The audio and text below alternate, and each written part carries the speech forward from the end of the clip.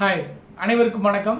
திண்டுக்கல் மாவட்ட பொறுப்பு அமைச்சராக நியமிக்கப்பட்டுள்ள திரு விக்னேஷ் அவர்கள் பார்த்தீங்கன்னா திண்டுக்கலுக்கு விசிட் வந்திருந்தார். அப்போ ஊடகங்களுக்கு அவர் பேட்டி அளிக்கும் பொழுது என்ன சொல்லியிருக்காருன்னா, கிட்டத்தட்ட 717 டாஸ்மாக் கடைகளை நாங்கள் மூடியிருக்கோம். அதெல்லாம் சாதாரண வருமானம் வந்துட்டு இருந்த கடை கிடையாது. அந்த கடைகளில் வருமானம் தினசரி 5 முதல் 25 லட்சம், அதாவது ஒரு கடையில் பார்த்தீங்கன்னா 5 lakhsலேருந்து 25 lakhs வரைக்கும் வருமானம் வந்துட்டு இருந்த கடை. இதன் மூலமாக தமிழக அரசு எவ்வளோ பெரிய இழப்பை சந்திச்சிருக்குன்னா, கிட்டத்தட்ட 11,000 கோடி இழப்பு வருஷத்துக்கு நடக்குதுன்னு சொல்லியிருக்காரு. ஒரு குடும்பம் நடத்துறதுக்கு எந்த அளவுக்கு ஃபண்டு முக்கியமோ, அதே மாதிரி ஒரு மாநிலம் சிறப்பாக நடக்கணும்னாலும் அரசாங்கத்திற்கு பணம் ரொம்ப முக்கியங்க. இந்த 11,000 கோடி இழப்பை மற்ற துறைகளின் வளர்ச்சிகள் மூலம் பார்த்தீங்கன்னா சமப்படுத்தலாம், சரிப்படுத்த முயற்சி பண்ணுறோம் அப்படின்னு அவர் சொல்லியிருக்காரு.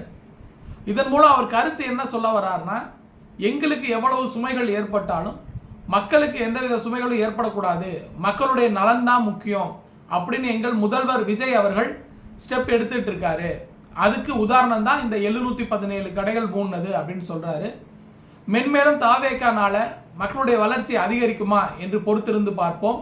தங்களுடைய மேலான கருத்துக்களை கூறுமாறு அன்போடு கேட்டுக்கொள்கின்றேன். நன்றி, வணக்கம்.